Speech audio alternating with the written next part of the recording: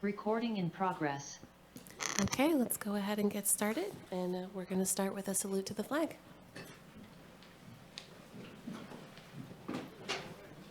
Allegiance to the flag of the United States of America and to the republic for which it stands, one nation, under God, indivisible, with liberty and justice for all. May we please have roll call? Commissioner Scabdall. Here. Commissioner Levy. Here. Commissioner O'Neill. Here. Commissioner West. Here. Commissioner Curriozzi. Here. Commissioner McFarland. Here. Commissioner Fulton. Here. All present. Wonderful, thank you. Okay, so for folks who are following along, if you don't already, there are agendas in the corner of the room that'll help you follow along. And for folks online, you can access the agenda online. If you plan on participating tonight, we're going to, when it's time to participate, ask you to raise your hand if you're on Zoom, or if you are on the phone, you use *9 to raise your hand. And there's a little bit of a lag with the video, so please be sure you're following along on the agenda so that we don't move past your item without getting your opportunity to comment. So with that, I don't believe we have any agenda modifications. So now we're going to move to item D, public comment on non-agenda items. This is the time in the evening where members of the public can come before us and comment on any matter pertinent to the Commission's jurisdiction that is not on the agenda, and you will have 3 minutes to do so. So first I'm going to start with folks in the room. Please approach the podium if you'd like to comment. And while we're waiting for that to happen, if you are online and want to make a public comment during this time, please, this is now your time to raise your hand, which is, again, either raise your hand on Zoom or hit *9.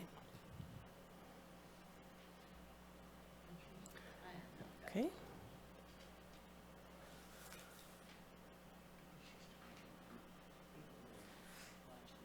I'm not seeing anybody in the room interested in making public comment, nor am I seeing any hands raised online.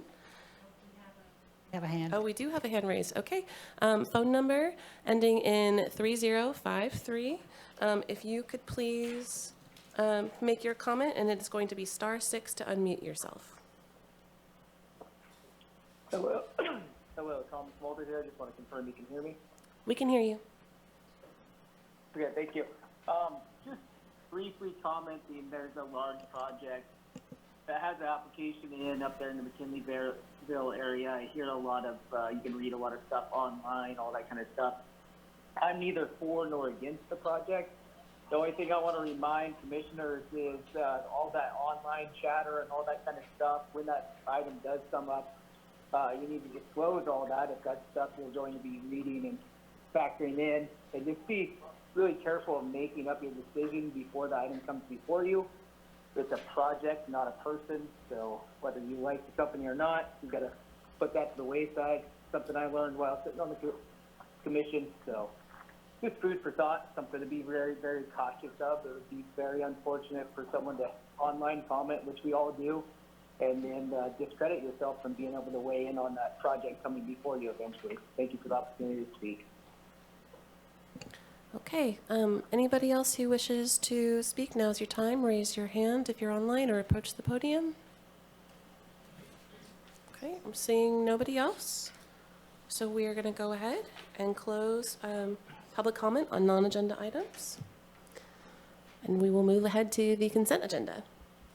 This is item E. So items, I'm sorry? Louder, please. Okay, I'll speak into the microphone a little bit more. Is that good? And maybe not so quickly. Oh, sure. Okay. Okay, so item E, consent agenda. This is items on before us that are routine in nature, so they are all grouped together and usually approved by one single vote. The exception is if that somebody pulls this item from the consent calendar, then we will consider it after the public hearing item under item H. So what we're going to do is I'm going to read off each item on the consent calendar and poll the commission and poll the audience and online. And if you raise your hand, you are indicating that you would like to poll this item.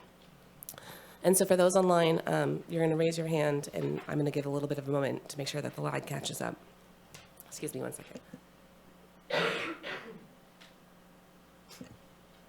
So we will start with item 1.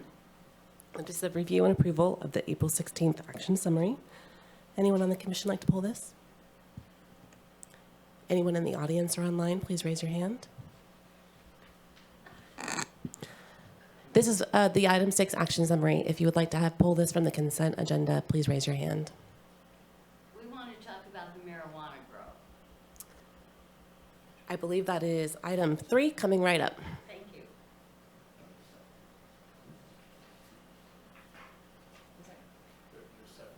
There are several. Okay, so we'll come to those. Okay, item 2, the Dennis Grady zone reclassification. Anybody on the commission would like to pull this item? This is a continuance also. So this item is a continuance. So if you would like to comment on this item, it is only on the continuance. This is continue to a date uncertain, so you'd be looking into the future to see when it come back to comment again. I'm sorry, I have a frog in my throat tonight. Okay, so seeing nobody on the commission, anybody online or in the audience?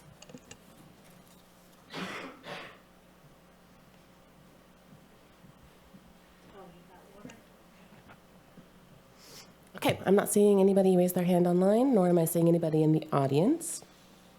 So we're going to move to item 3. Item 3 is the Cisco Farms conditional use permit and zoning clearance certificate modification. This item is also a continuance, so comments tonight should be pertinent to the continuance to the May 21st meeting, or if you aren't able to make the May 21st meeting, you can make your comment tonight. So if you are online and want to have this item pulled, please raise your hand or hit star 9, and I'm going to start polling the commission. Anybody in the commission? Okay, and then anybody in the audience like to make a comment on this item? And anybody online? Oh, you want to have that polled? I guess a question for order. If they want to comment on this item, the continuance. I think at the chair's pleasure, I'll ask the question. So this is the Benjamin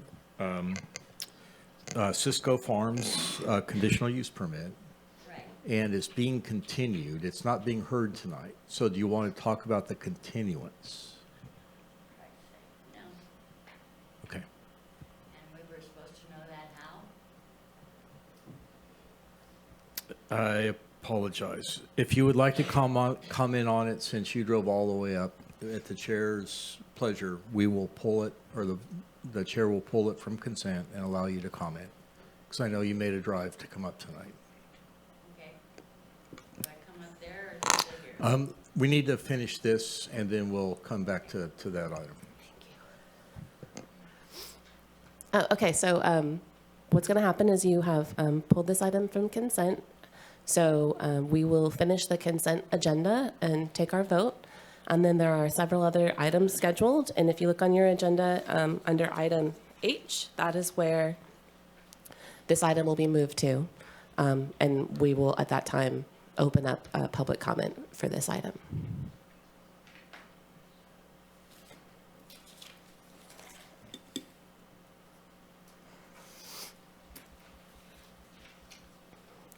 Okay, seeing no hands raised online and nobody else in the audience. I guess we already heard from that and pulled it anyway, so we're going to move on to item number 4. Humboldt Farm LLC conditional use permit. Anybody on the commission? Anybody in the audience or online who would like to pull this item? And as a reminder, star 9 to raise your hand.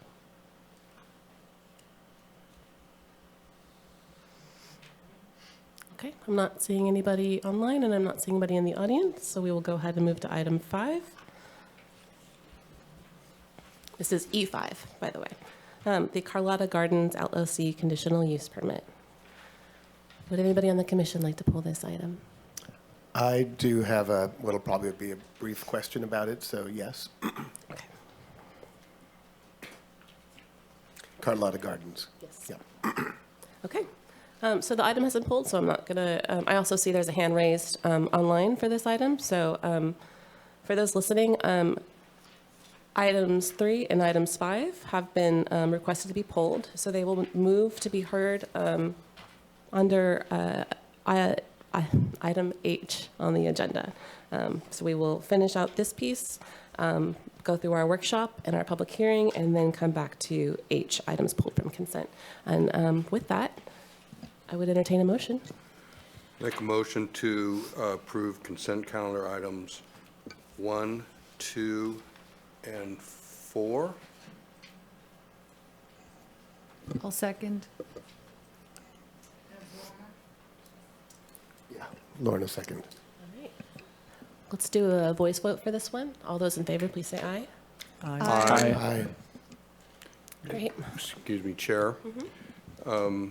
I'm going to ask if you would consider hearing the public comment on Cisco Farms now, since it's a continuance and we're not going to actually be taking action this evening on that, so that these folks don't have to wait until the end of the meeting. It's very considerate of you. Is that okay with? Absolutely. Great. Okay. Then we will go ahead and take public comment on the item pulled from consent, item 3, Cisco Farms, the conditional use permit, at this time. So I don't believe we need a staff report of any kind. We're just going to open up the public comment period. So for those in the audience, please approach the podium to speak at this time. And for those watching online, if you wish to comment on this item, now is the time to raise your hand. If you're calling in, it is *9. And please approach the podium now to make your comment. And anybody else who would like to make a comment, please line up after them, and you have 3 minutes. Hi, thanks for listening to me tonight. We're neighbors of this farm. We only have one field between us. The smell is awful. And we're concerned about the water use. Everybody in our neighborhood, everybody in Carlotta has wells. And they use a lot of water. They stink. My husband and I are getting older, and our home is going to be up for sale in the not too far away future. And who wants to buy a house that stinks of marijuana? Chair, I think we need to reorient which item is being discussed here. Oh, Which item do you believe is being You discussed? mentioned Carlotta area. the Carlotta. That's the one I pulled. So do we So- we'll take both items. We'll close public comment on this one, and Close public comment on Cisco Farms. Okay. And then that's already continued. And then we'll open number 5. thank you for your advice on that. Okay. So I apologize. I thought you were commenting on item number 3, and you want to comment on item number 5. So we're going to do some formal process that we have to do, and then I'm going to call you back up to the podium. Okay. Sorry about that. Okay, so we're going to close public comment on item 3. So I'm sorry, before you do that. Yeah. Just make sure nobody else wants to talk on Thank Cisco you. Farms. I'm not seeing any hands raised online for item 3, nor am I seeing anybody else in the audience. Oh, I do now see another hand raised online. Which is Cisco Farms, just make sure everybody knows that's what, item 3. Item 3 is Cisco Farms. So Carolyn Allen, I see your hand raised online. If you wish to comment on item 3, Cisco Farms, now is your opportunity to do so. No, I wanted to comment on Burmers, and I'm trying to keep up with you, so Okay. I'll back out at this point. Okay, thank you. It looks like Burmers will be coming up after the tsunami workshop. Okay, so I see Carolyn Allen's hand raised, but I believe that she's going to comment later. So Correct. we are going to close the public hearing for item 3. Can I ask a question? When it comes back up, will we have another hearing? For Cisco Farms? Yeah, yes. The public hearing really hasn't been opened. We were just giving an opportunity for comment. Now, when we get to item 5, we are going to open the public hearing for that. So at this time, I'd like to make a motion to continue the Cisco Farms conditional use permit and zoning clearance certificate modifications to the May 21st meeting. Second.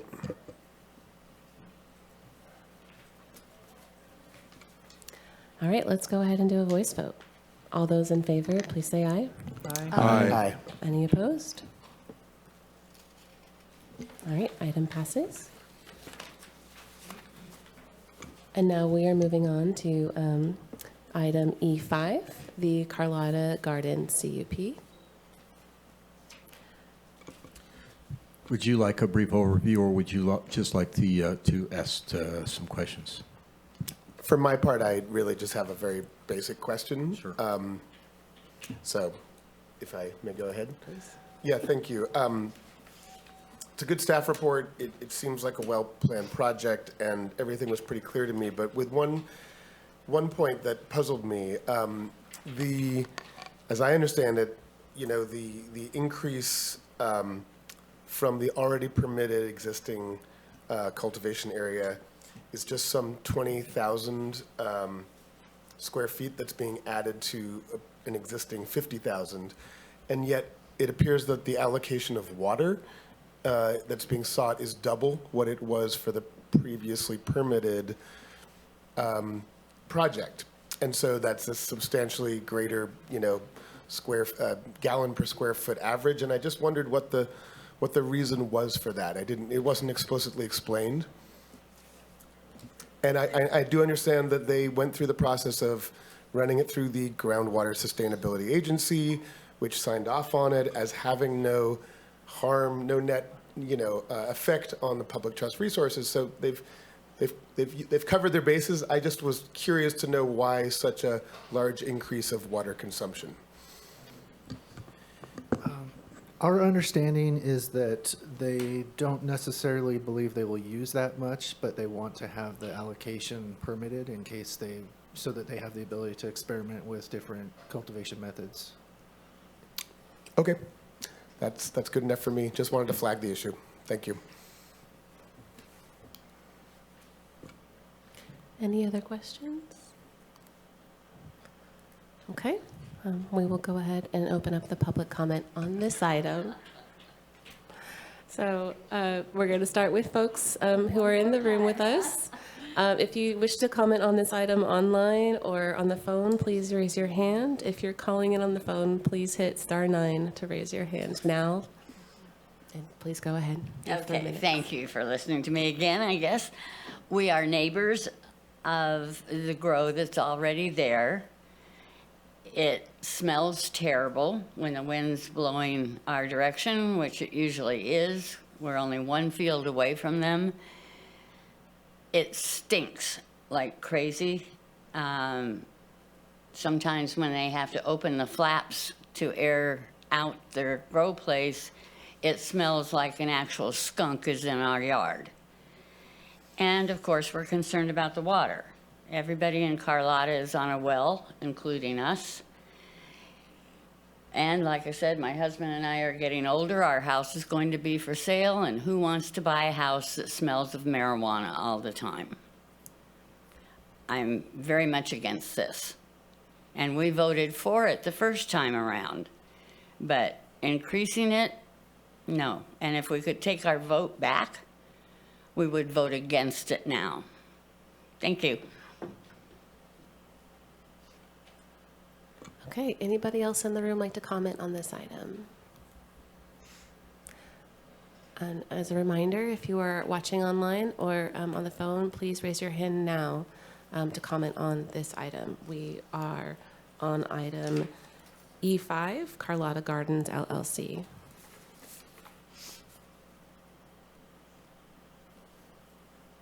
Okay, I'm not seeing anybody in the room or online raise their hand.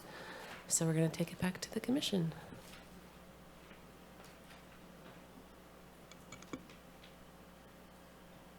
I appreciate Commissioner Levy for bringing up that comment, and it reminds me that I feel like we've set a precedent a bit in the past about approving water allocations in excess of what is planned to be used, and I'm I don't know. I thought I would throw it out there if that. I don't have a reason to not do that, but I thought I would throw that out there in case there were other thoughts by commissioners, if we should not be doing that. I mean, I think y'all are probably sick of hearing me say this. My concerns with, over extracting from groundwater, I say it every time. So I would lean towards not allowing an excessive amount of water draw. I do have to ask staff, heaven forbid a neighbor's well was to run dry. Does the water allocation, this excess water allocation that this permittee would have, are they allowed to do other things with that water, such as sell it, or? They would not, well, the limitation that would get approved on the use of the well here would be limited only to their use for cannabis irrigation. So they could potentially start a water sale business or use it for other crops or residential purposes. And there's really no regulation on those things unless it was a discretionary permit for the use. Then my general thought was I don't think we should be continuing to over permit water use. I mean, I think some of the water use we permit is already potentially excessive, and I think without a watershed scale groundwater assessment, we're in very murky territory. I've been outvoted every time, but those are my thoughts. I would not allow the doubling of water. I would agree with my partner to my right that 1.76 million gallons of water is a bit excessive. And I wholeheartedly agree with her. I also noted the water use, 23 gallons per square foot a year, seems a lot more than we've approved on other similar projects. I mean, I'm seeing like typically 6 to 10, maybe 12 gallons per square foot. So 23 is a lot of water use on this project. I am also an advocate of water conservation and proper use of water. So I'm not sure what the answer is here, but I think we've limited some sites in the past of a volume of water, and it escapes me as to what that was, if it was 15 gallons a square foot, or if it was some number, but I thought we had a cap on that at some point.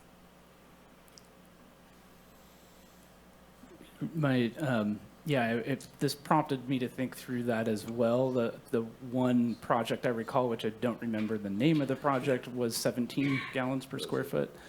And I don't recall exactly what the conversation was that led us to go ahead and set a number. But we also have approved other projects at this high of a water intensity. But every time I see something above 17, it kind of starts to flag for me.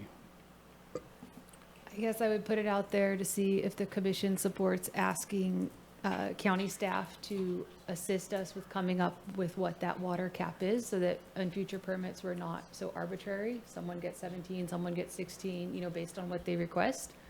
I think that would be potentially a very valuable use of time. Yeah, thanks. The use of water is highly variable because it depends upon the location, the type of farming. Sometimes you will approve permaculture, which only uses water to plant cannabis, and then it's grown within the soils, usually in a floodplain. Areas that have very arid conditions and are planting in bags typically use more water.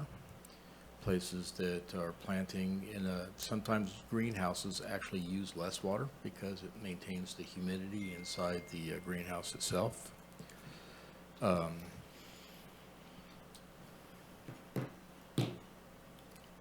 I'm not prepared.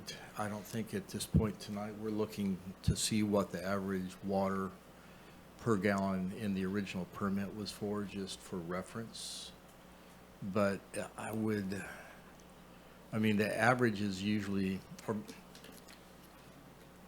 a good number, as Commissioner Scavdall mentioned earlier, is usually around 10. But depending on what they're trying to do, it could be a little bit more. Through the chair. Excuse me. Do we have historic water use on this site? Have they been metering, and do we know what they've been using? And I think we're madly looking for that as we speak. Because one approach would be a straight line projection from current use to the additional 20,000 square feet. If this appears to be, as somebody mentioned, and I don't have all the numbers in front of me, a doubling of current use, while we're only adding 40%. 40% growth. So I would either ask that you trail this item and give us a chance to come back, do a little bit of thinking while other things are going on and come back, or continue it. I mean, I don't like to continue things, but I don't want us to be giving you numbers that are so on the fly that they're not good. I have a couple of commissioners. I'm going to recognize Commissioner Levy and then Commissioner O'Neill, and then we'll come back to you. Sure, and I just want to acknowledge, first of all, I pulled this and didn't even allow for a full staff report. I don't know if the applicant is present or online or may not have thought that they needed to be because it was on consent. So I share that reluctance to make some on-the-fly judgment. But again, just going off what I saw in the staff report, it seemed pretty clear if those numbers can be relied upon. It had 800 and some, I forget the exact number, I can pull it up, but was the amount previously allowed under the already permitted grow of 50,000? And they were requesting that exact amount again, in other words, doubling the previous allotment for this addition of 20,000 plus I think another 3,000 or 4,000 in ancillary. So, it's maybe not exactly, but it's roughly a 40% increase of of cultivation area and 100% increase of water. And I just thought, I'm not trying to take away what was already permitted for their previous one, but I thought perhaps the increase in water use could be proportionate to the increase in cultivation area from what we previously permitted. So. And I had Commissioner O'Neill next. I want to bring up my sympathies towards this odor issue. If they're already having concerns with 20,000 square foot of outdoor and they're going to more than double that to 50,000 just for outdoor and additional 20,000 indoor. I know there's been, for indoor, we've discussed in the past mitigation, but I don't know that would work for outdoor, so that's off the charts. But I know that I live by a golf course, and if all of a sudden it turned into a cannabis grow, that I couldn't, go outside because it smelled so bad, I'd be highly concerned. And I know that people buy property by agriculture, but when that was initially zoned agriculture, it wasn't envisioned that it would be cannabis. Maybe it would have been tomatoes or something that didn't smell. But I would not support this for that reason alone if it hasn't been investigated and, substantiated that the neighbors' concerns are valid. I don't see why we would want to exacerbate that by increasing the problem. I see staff wants to chime in real quick. Yeah, sorry, still trying to find some of the water information, and we may not actually be able to. There is a lot of separate permits that have been issued on this property, so it's a little tricky. But one thing that I did want to mention, and we were prepared to mention if we gave a presentation, I think is relevant, is that part of the request right now is a conditional use permit to for an exception to the standard that applies in community plan areas, where if you are within 600 feet of adjacent residences, you need to be fully enclosed with odor control measures or obtain approval of a conditional use permit from the Planning Commission for that exception. So I want to make sure that the commission is aware that that is part of what they are asking for. Without that exception, the code would require that this new cultivation be fully enclosed with odor filtration. Thank you. Commissioner McFarland. Preface this, I'm not a lawyer, so I'm asking this question. Does the smell of a cannabis farm or anything, if that substantially deteriorates individuals' enjoyment of their property, does that constitute illegal takings? Like if you flood someone's property, it's a takings, right? So if you smell out Well, someone's property. you damage people, and you're civilly liable when you do something to damage somebody else's property. But in the case of a county that is a right to ag county, you know, that's part of the struggle here, is the interface between residents and ag. And that's why, as Mr. Johnson mentioned, in community plan areas, we tried to make it a little bit more compatible by requiring odor mitigation within the community plan areas, so that people who wouldn't normally expect that because they're in a slightly higher density of area, even though it's still fairly rural, would be somewhat protected. And so I don't think going down the takings road is really the thought here. It's really, the thought is the county has an obligation to protect public health, safety, and welfare. And so that's why the ordinance that was adopted requires that in community plan areas, either there be no cannabis or that it be odor controlled. So I guess what I'm asking, because the public commenter said she was going to be selling her property soon, if the smell got so egregious that they decided to file some sort of court action against the farm, would the farm be protected because we granted an exemption to that community plan standard, and therefore the property owner would have less recourse? Or is the county sort of, is that not really considered? I just don't want to put the county in the hot seat for. As a standing policy, we don't ask legal questions about county liability on the dais. Didn't know that. Sorry. So if you have a question about our liability, we prefer you ask us, because as an attorney-client privilege, it can't be maintained when I'm telling everyone in the public.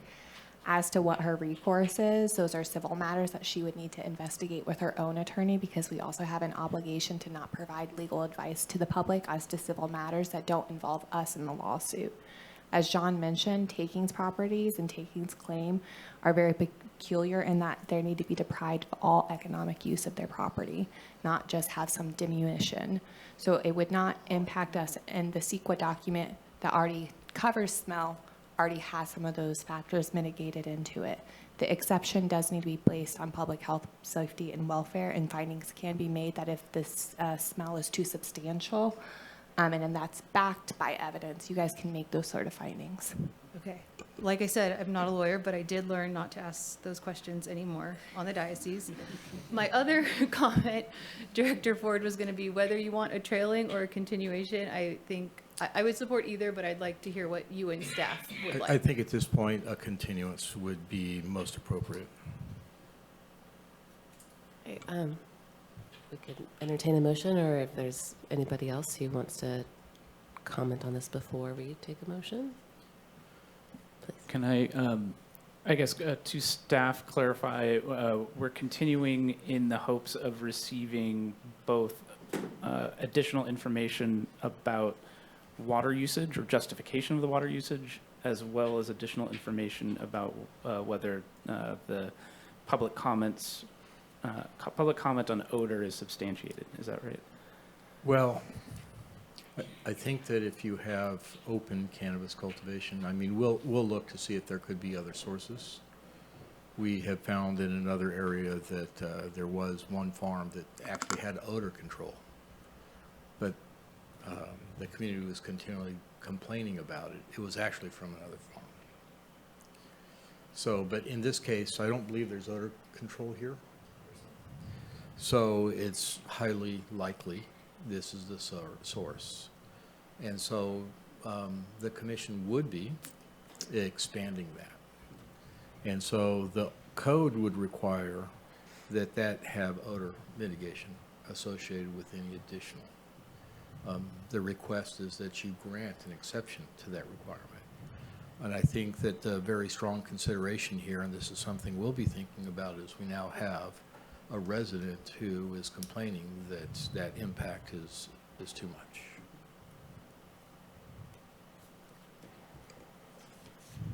Do we need a motion for continuance?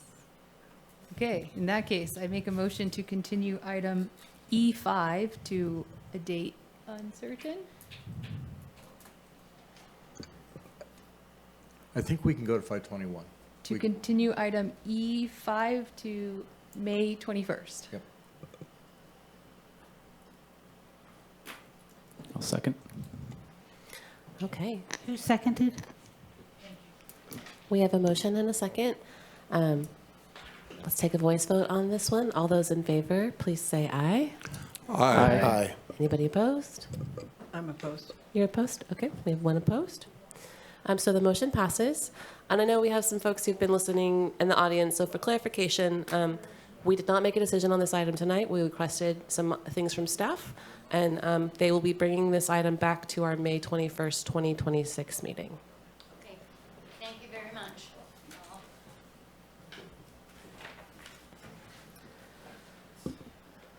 Okay, and I believe that brings us to item F, the informational workshop on North Coast tsunami hazards.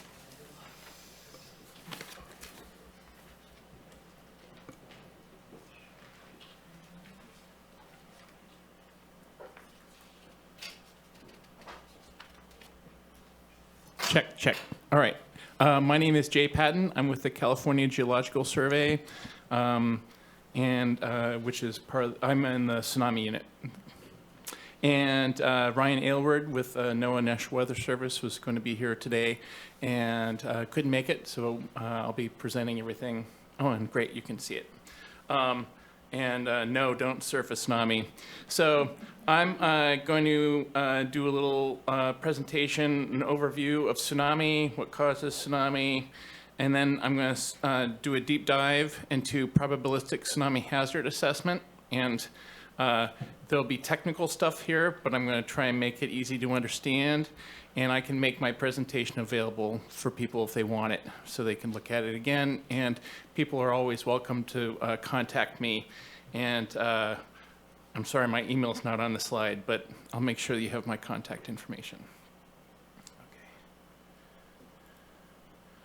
All right, so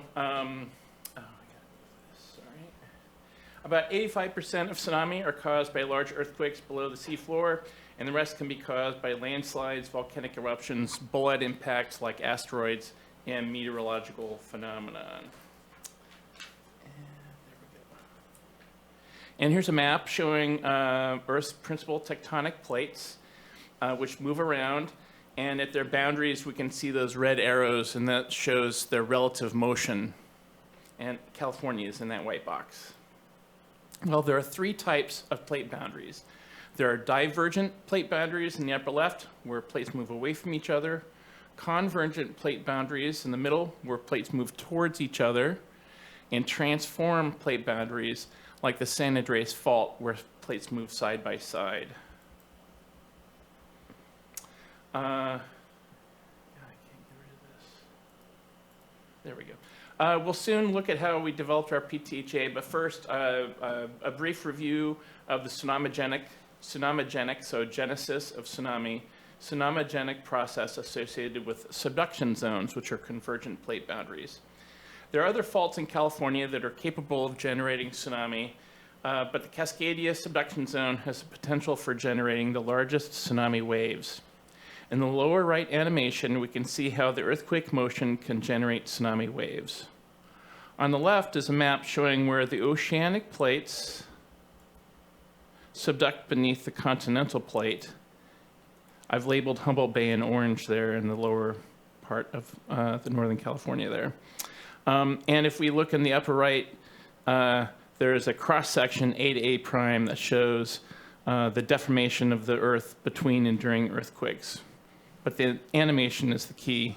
When the earthquake happens, that island goes up, and that lifts the water up, which causes it to rise above sea level. Then the water falls down below sea level, and then it oscillates like it does as you splish splash in your bathtub, and that's what generates the energy for a tsunami. Seismogenic tsunami, so the genesis from an earthquake. The subduction zone offshore of Chile has an historic record of earthquake-generated tsunami. The maps on the left use color to represent maximum tsunami sizes for 3 historic earthquakes in Chile.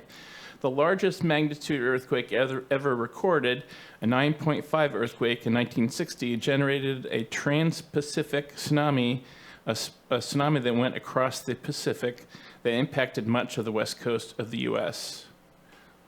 Excuse me, here's an aerial image of the coast of Chile from before the earthquake. Note the trees along the river in the upper left. Here is the image from after the earthquake and tsunami, and this is not an uncommon impact of tsunami. This is an example for a local tsunami, one that is sourced from an earthquake nearby, like Cascadia is to us. Here are parking meters bent downwards by the 1960 Chile tsunami. This is a parking lot in Hawaii. This is an example of a distant tsunami, one is sourced from an earthquake far away. The Alaska Aleutian subduction zone, another convergent plate boundary, is also a well-known source for trans-Pacific tsunami. This map shows the historic subduction zone earthquakes along this plate margin as light yellow polygons. The 1964 magnitude 9.2 Great Alaska earthquake generated a trans-Pacific tsunami that impacted California and caused casualties. These photos show the impact of the Great Alaska tsunami in Alaska, and this is an example for a local tsunami, one that is sourced from an earthquake nearby. And this shows the 1964 Alaska tsunami impact upon structures in Crescent City, California, an example for a distant tsunami. As a reminder, strike-slip faults, also which move side by side, as shown in the diagram, can also generate tsunami. Here is an example of a right lateral strike-slip offset of a stream channel. The edge of the stream channel is denoted by that red line. Note how the red line representing the edge of the stream channel is offset. You have a little bit of a lag between, I think, your slides, just as a heads up. Thank you. Yeah. I don't think the commission got to see. I got to see it on the screen, but I don't think the commission got to see your photo with the red line. Oh, interesting. Let's see. Okay, there we go. There, the stream channel is the red line, and you can see that in the upper right part, it's offset by, shown by that white line, the white arrow. Oh, thanks. Okay. Thanks, Sarah. Strike-slip earthquakes like the 1906 San Francisco earthquake can produce tsunami, though they're smaller in size compared to the subduction zone tsunami. In the upper left corner is the tide gauge record from the 1906 tsunami, and it's centimeters in size, and it starts with that red arrow. And the animation is what we think the tsunami may have looked like from what we know about the earthquake fault slipped. One more thing is the influence of the tide on tsunami size. And these are Crescent City tide gauge plots for the 2022 tsunami on the top and the 2011 tsunami on the bottom. The vertical axis is elevation or tsunami size in meters, and both plots use the same scale. The smaller Tonga 2022 maximum tsunami size happened at high tide, while the 2011 Tohoku tsunami happened at low tide. And note the difference in maximum elevation and compare with the amplitude, the size of the wave. The 2022 maximum elevation is 3 meters. That's the highest the water got, while the maximum elevation in 2011 was only 2.2 meters. But the 2022 wave size was half as big as the 2011 wave size. So tide has a big impact. These are the subduction zones. This is a map of the Pacific Ocean, and these are the subduction zones, the convergent plate boundaries, shown as blue polygons. And these are tsunami sources for California and elsewhere. And there were 3 recent tsunamis to impact California. In 2022, there was a volcanic eruption in Tonga that caused flooding in the state. In 2024, we may all remember well the earthquake offshore of California that generated a small tsunami and a big response.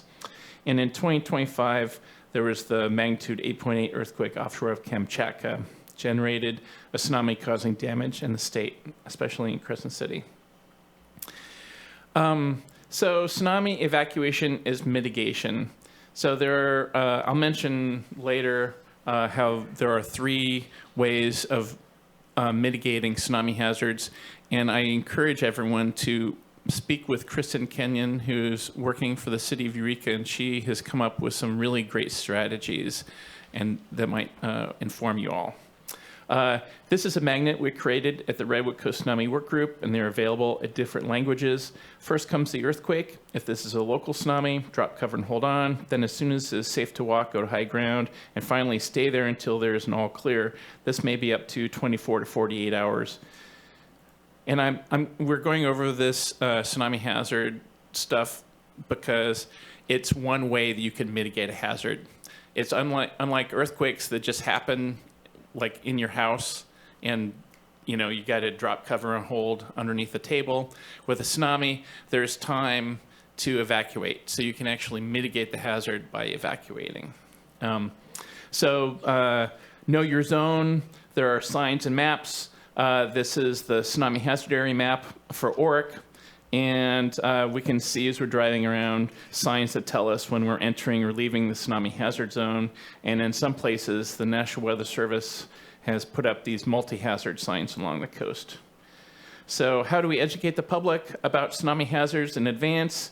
When we're in a tsunami evacuation or hazard area and we receive an official in the upper left, or a natural warning, like a large earthquake, that's a natural warning, we use the evacuation maps to help us learn where to go to avoid the harms caused by tsunami waves. Official warnings will come when the tsunami is a distant tsunami, and natural warnings will come when the tsunami is a local tsunami. So these evacuation maps show the tsunami hazard area in one color and the area outside of the hazard area in a different color. To avoid harm from a tsunami, move outside of the tsunami hazard area. And the CGS worked with CalOES, California Governor's Office of Emergency Services, and local partners to prepare tsunami hazard area maps based on the PTHA results that I will discuss shortly. And we'll see how this was done later in the presentation. And these maps show areas that should be avoided during tsunami events, and they can be downloaded at tsunami.ca.gov. And they could be used to, and they could be used to decide which projects should generate an evacuation plan as tsunami mitigation. So that's something that Kristen's working on. Okay, now we're getting into the technical part of the presentation. Probabilistic tsunami hazard analysis, or PTHA, is the calculation of tsunami sizes relative to their likelihood or probability of happening. And probabilities are based on specific time periods, 1 year or 50 years. And we'll today learn how CGS used the PTHA process to develop tsunami models for a suite of ARPs. But what is an ARP? ARP is the average return period and represents the probable time in years between events like tsunamis or earthquakes or floods of a particular size. And we can also calculate the annual probability of exceedance, the AEP, for these ARPs. I work for the government, so I have lots of acronyms, but I try to explain them. So, the AEP represents the probability of an event exceeding a particular size happening in a given year. Oh, I don't need to click. There's a 1% probability in the blue rectangle there. We see that there's a 1% probability of a flood being at least as large as the 100-year flood in any given year. The annual probability of exceedance is 1 over the return period, So for a return period of 500 years, the annual probability of exceedance is 1 over 500, or 0.2%. Okay, so this map shows the main subduction zones. We've already seen a map just like this, and the blue rectangles are what we used as tsunami sources for our PTHA. PTHA is a process used to develop a framework to inform tsunami modeling and hazards analyses. This process uses a logic tree approach to collate the entire suite of possible and probable tsunamigenic behavior of tsunami sources relevant to the area of interest. It's a way to calculate the relative likelihood for each of all possible scenarios. And our goal is to generate, Our goal is to generate tsunami models that are tied to average return periods in years, and these can also be viewed as an annual probability of exceedance. So in the logic tree, in the lower left corner is an example of part of a logic tree. And each scenario is organized as a separate branch. And each branch is given a weight based on expert opinion that represents the chance that a scenario might happen. Here is an example logic tree from Oregon that they use for their tsunami hazards analyses. And this shows the parameters, the branches that encapsulate the variation in earthquake size and fault rupture geometry. Some key parts of the tree are that branch weights. So let's look at those first, the column of red numbers. Those are branch weights. Each of those lines going up at an angle, reaching those red numbers, each of those angled lines, those are branches.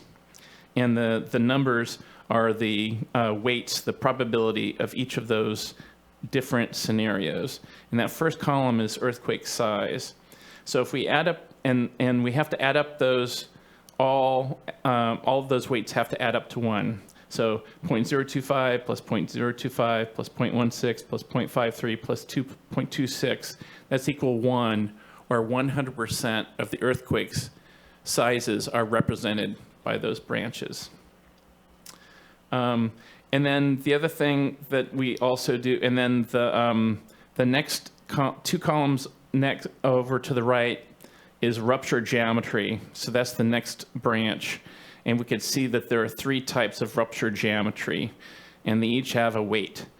And so the next thing that we want to point out is that we multiply, so they add vertically to add up to 1, but we also have to multiply horizontally. So for a medium-sized earthquake, which is 0.53 or 53% of earthquake sizes, and then there's a shallow buried rupture. You don't need to know what that means. There's a 20% chance that any earthquake is going to be a shallow buried rupture. So we multiply 0.2 times 0.53, we get 0.11. So there's an 11% chance that an earthquake is going to be a medium-sized earthquake with a shallow buried rupture. Now, you don't need to remember any of those details other than this is how a logic tree is constructed. And here's something else that you don't need to remember lots of details, and you're welcome. Each of these, here are a whole bunch of more columns, and these just represent how we account for the variation of the earthquake fault, because earthquake faults can slip in different ways, and the diagram in the lower section shows in the red line, that's our subduction zone fault, but you could see that there are other black lines with arrows on them. Those are other faults, and they all can interact in different ways. And all you need to know is that all of those columns with the orange headings just represent our knowledge about how the subduction zone varies in its geometry and how it slips. All right, now we get to the tsunami modeling. So each of those branches in our logic tree gives us earthquakes that slip in a particular way based on what we know about the geometry and other information. And we run thousands of earthquake slip models that generate tsunami. And the results from all of those tsunami models are plotted as those blue lines. And on the vertical axis is the average return period, and on the horizontal axis is tsunami height. And so what this allows us to do, if you look at the black line that has an arrow on it, so you can see that I lined it up with a 1,000-year return period. So I start with where the number 1,000 is, and it goes to the right, and where it intersects the blue line, then that goes down to show that the 1,000-year return period tsunami has a tsunami height of about 0.2 meters. But we do this for thousands of tsunamis, and then we sum up all those blue lines into an average. So the plot on the right is showing in red is the mean of all those blue lines. And that's called a hazard curve. And so buildings that are constructed to withstand seismic hazards, they also use hazard curves to design buildings. It's a different type of, it represents something else, but anyone who designs buildings to withstand seismic hazards, they use hazard curves also. And so, so developing hazard curve is the main important thing that all those columns and the logic tree that is very confusing, that's the result, and that's very important. And the reason why is because then we can create an inundation model, a tsunami inundation model. And I'm going to wait for the screen to catch up.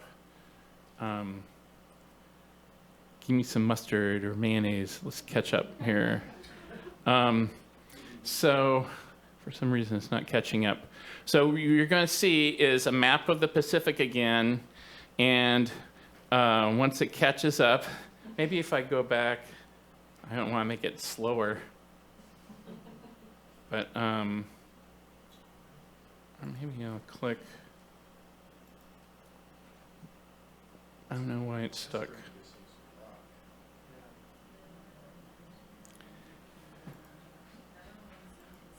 It's completely stuck.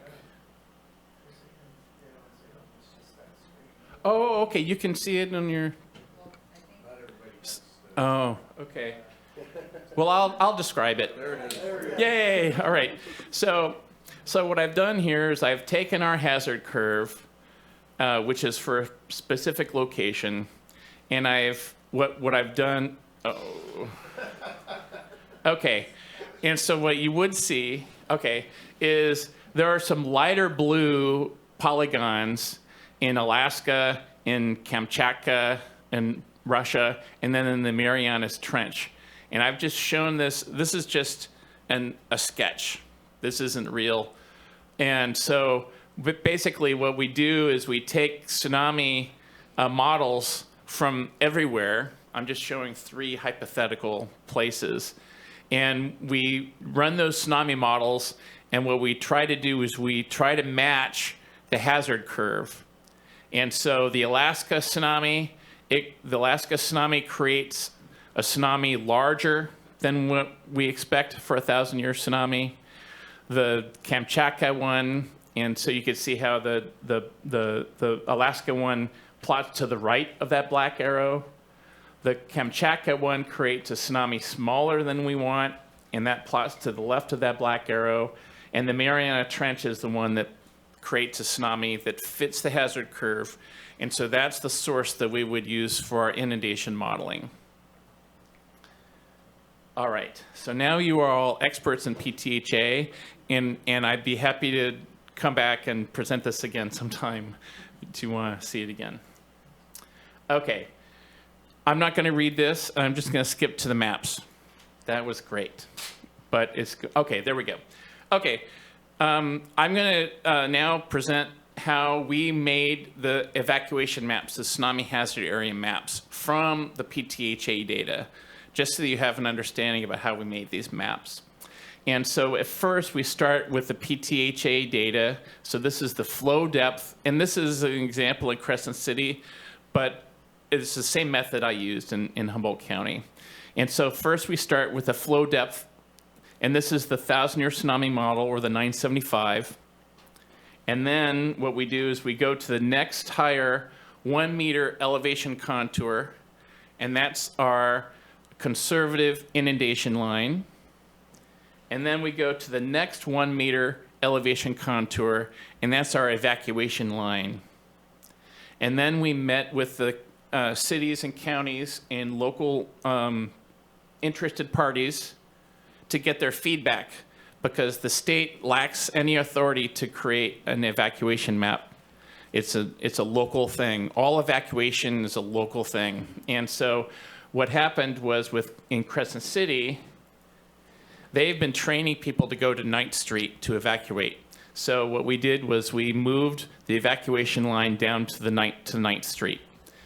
We did other things, like we avoided putting the hazard area line right through a building. We would draw it around buildings so that it wasn't confusing for people. And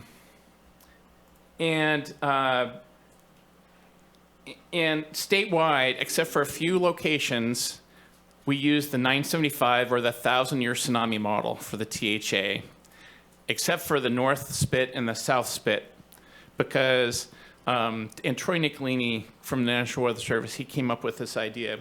Like when you're anywhere else and you're evacuating to high ground, and you say, okay, I'm outside the tsunami hazard area, but who are these people who made this map? I don't trust them. I'm going to go a little bit higher. You can do that pretty much anywhere, except for in the dunes. You get to the top of the dune, and that's it. So the dunes in the North and South Spit, we use the 2475 for the tsunami hazard area. So it is extra conservative. And just a couple slides on that. So this is, North isn't always up. So Manila's on the right and Samoa's on the left. And again, we're using the green and yellow color scheme. And so the THA mapping criteria are that the THA on the Spit, it must be outside of the 2475 footprint and lower than 10 meters in elevation. So the 2475 model is in gray. The area outside of the tsunami hazard area is in green, but there's yellow here. And the areas that are yellow are higher than the 2475, but lower than 10 meters in elevation. So I point this out because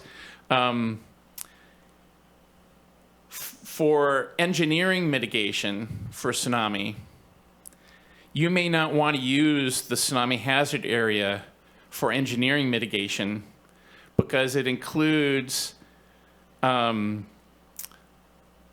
qualitative rule. So, and we'll take a look at ASCE Tsunami Design Zone, which is for tsunami risk category 3 and 4 structures, which are essential and critical facilities. And those are held to a 2475 standard. And so if you were to build a hospital in any of those gray areas, you would have to design it to meet ASCE 7, Chapter 6. But if it was in the yellow area, which is, you wouldn't have to do that. But it's still in the tsunami hazard area, so it's in an evacuation area. So this is something this is a key distinction you're going to want to think about. What tsunami data, hazard data, do you use for what purposes, for planning purposes? And I can come back and we could talk about this again more. And so this is the same map with 975. So you can see the 975 is really much smaller than 2475 on the North Spit. And then this is 475, which is a lot like 975. So I have a slew of slides talking about average return periods and what they're based on. And I'm going to cut to the chase. The average return period that most building code stuff is based on the 50-year time period, and it was developed to make construction affordable. So it was an economic decision. Like we could design a structure to withstand an asteroid impact like the one that hit the Yucatan 65 million years ago, but then no one could afford to build a house. So that's what the 50-year thing is based on, and I'm just going to keep moving on. So how do you choose a return period for whatever purpose you're using? So here are some examples. One is adopt a hazard level that someone else already decided was appropriate.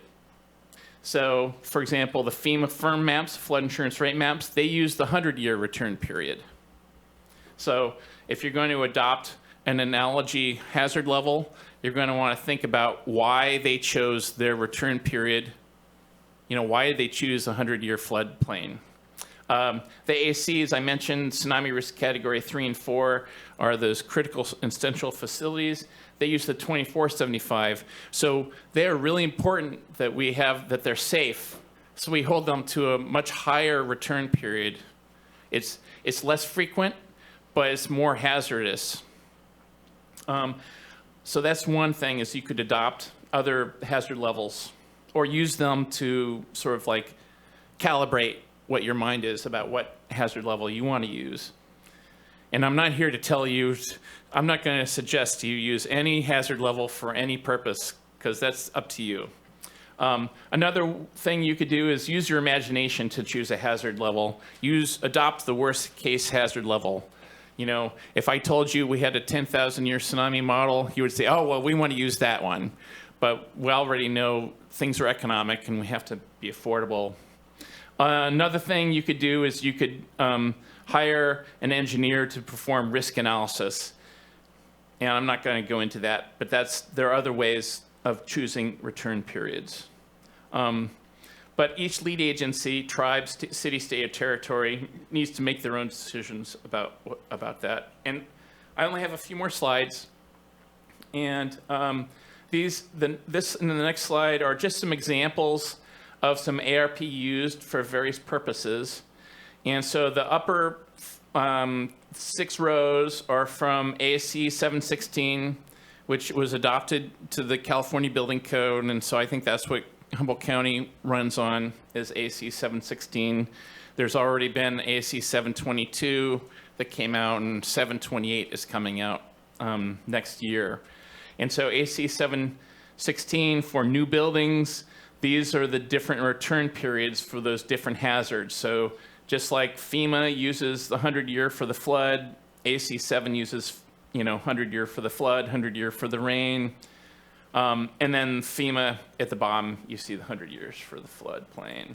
And then here's another table that for in California, these are seismic hazards, and these are different agencies and what types of structures that they regulate and what ARPs they use. And something to think about also for planning purposes is the performance level. So performance level 1, the column on the left, focuses on maintaining building functionality with minor damage during more frequent earthquakes. And performance level 2 focuses on preventing collapse. So often performance level 2, we think of that as life safety. We want to keep people from dying, but we don't care if you can use the building later. A higher performance level is performance level 1, which is where the building would be used after the hazard has passed.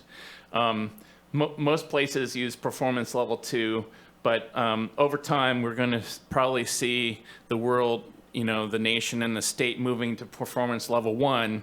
It's because it's like 10% more in cost to design a structure to withstand an earthquake than it is just to make sure that people won't die in it. So it's a small added cost, but it hasn't, made it through to be, modern practice everywhere yet.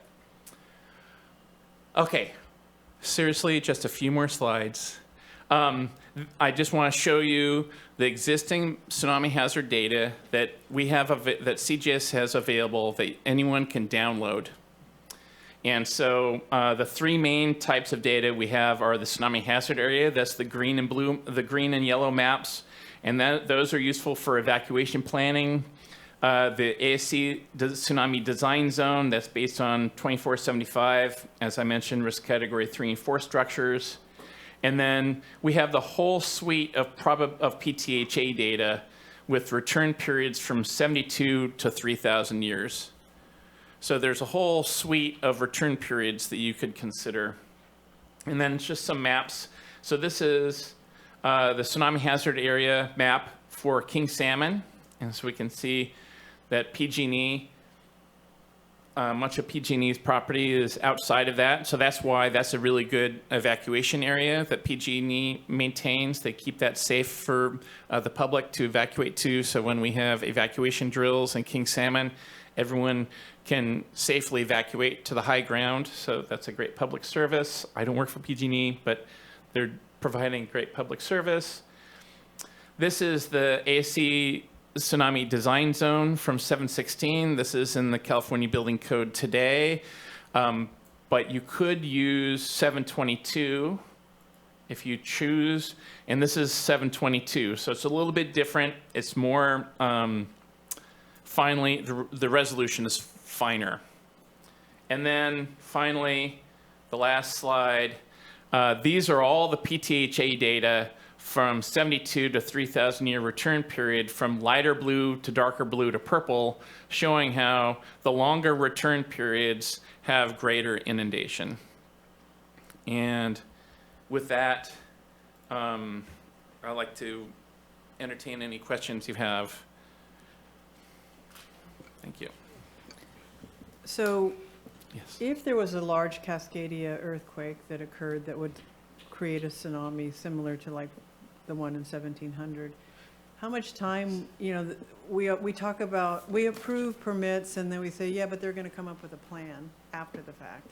And that always concerns me because I'm not sure there is the availability of a plan to move people, especially elderly people, people that are not really mobile, and say, well, gee, you need to get to that high spot.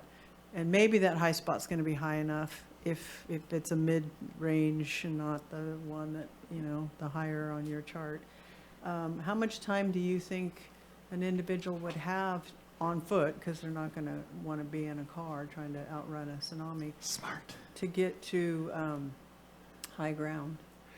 So we think that the tsunami from a Cascadia subduction zone tsunami earthquake could arrive at the coast in as little as 10 to 15 minutes.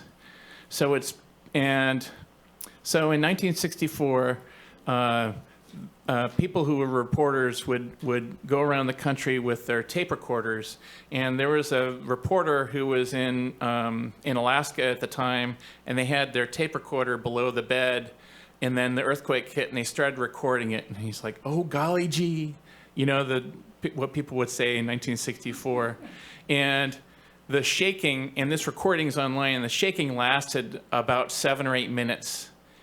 And so this is a great story to help us visualize that length of time. So it might be that the tsunami could arrive while the earth is still shaking.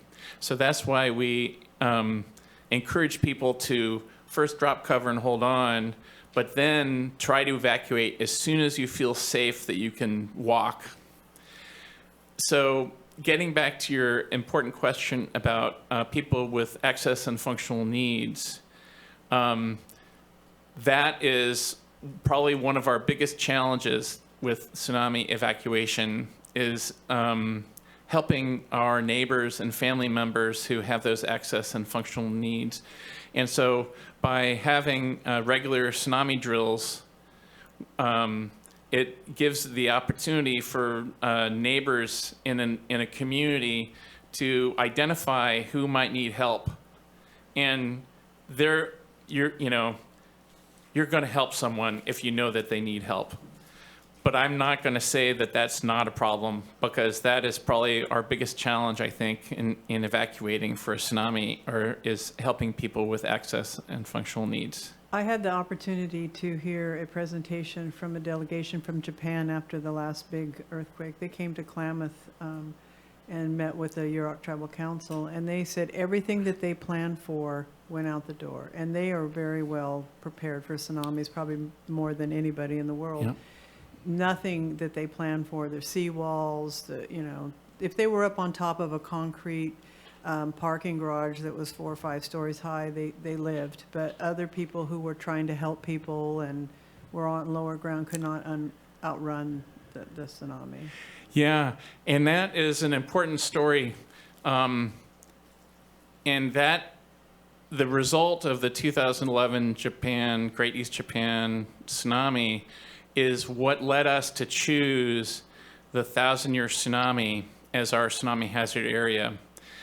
In Japan, 2 years before the earthquake, there was a published science paper showing that now we know that there was prehistoric evidence of a tsunami that was larger than 2011, but it hadn't worked its way into policy yet. So it was new science, and what the mistake was is that Japan based their tsunami hazards analysis on historical earthquakes. And so that's why they had underestimated the potential size for the tsunami in 2011. And so we are hoping that we've learned from that mistake, and that's why we chose the 1,000-year, because that Jogan 879 AD tsunami and the 2011 tsunami, those are 1,000-year events. And so that's why we chose the 1,000-year. The people out on the Samoa Peninsula, I live in Manila, because this, it's even more critical because they're closer to the tsunami than Eureka is by several minutes at least. And so having a more conservative tsunami hazard area hopefully will help, but it's the practicing, it's the drilling, like Lori Dengler likes to say, when in doubt, drill it out. And so if you feel an earthquake, practice your evacuation. But there were lots of lessons that we learned from the 2011 tsunami, and a lot of it was based on their underestimate of the size of the tsunami. I lived in Klamath in 2011, and I stood on my deck because I overlooked the mouth of the Klamath, and I watched the big black thing coming in, and I already knew a lot about tsunamis, but it tricked me, and I'm like, what is that out there? And I was talking on the phone to somebody that was in Crescent City. We were talking back and forth. He was watching it there, and I was watching it there. But it literally was the drawback. And then the waves started shooting in, and I was sending text messages to Lori. One came in, because I know they're really into how often they come in and stuff. But someone did lose their life during that because they didn't adhere to staying above ground. And I think the important thing, too, is that all of these numbers are just numbers that someone like yourself came up with, and you should always err on going higher. Absolutely. And I don't agree with waiting to do a plan after the fact, after you've already got a permit. I think you need to have a plan so that we can look at the soundness of that plan. And if it's a type of business that they can go onto the roof and it's a solid concrete building, that's one thing. If it's a housing for low income, people that could have health disabilities, not have a way to get out, and 10 minutes is all you have. They move at 500 miles and in the sea, and you don't have that much time when it's only 75 miles off the shore. Yeah, and it's even closer. Like, we're right on top of the subduction zone, so we're right on top of it. And yes, once the tsunami comes on shore, it moves around 35 miles an hour, but that's still faster than anyone can run. I'd like to mention Kristen Kenyon's work in the city of Eureka. She used to work at the Coastal Commission and was in our Tsunami Technical Advisory Panel that helped advise CGS and CalOES on what return period to use for our evacuation maps. And something that she and her office are working on is requiring new construction. I don't know exactly new construction of what, but I know that there was a commercial building that was recently developed, and that they're requiring them to develop an evacuation plan.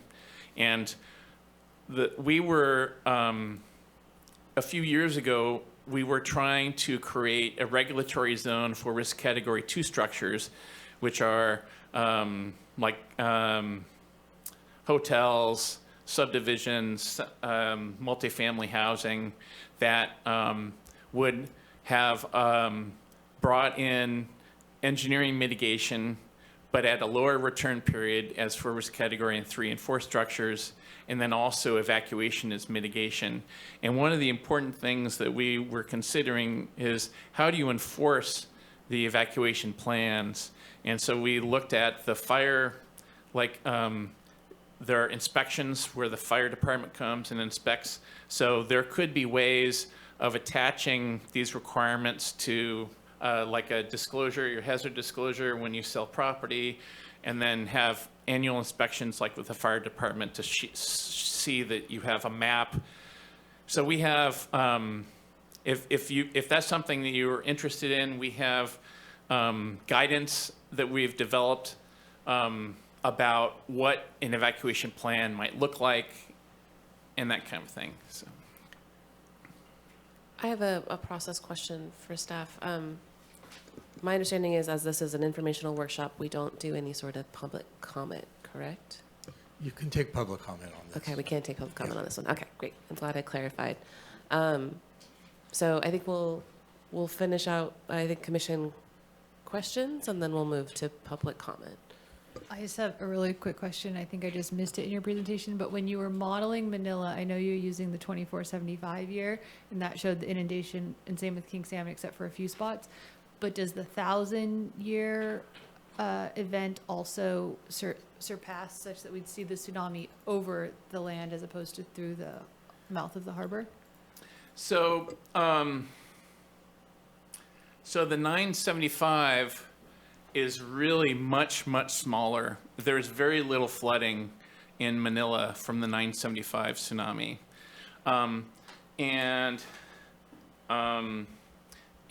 In northern Manila, just kind of where the coastal center is, the 24, here, oh, thank you. Here's 2475, and the Manila Coastal Center is on the right where that gray area goes over the dunes.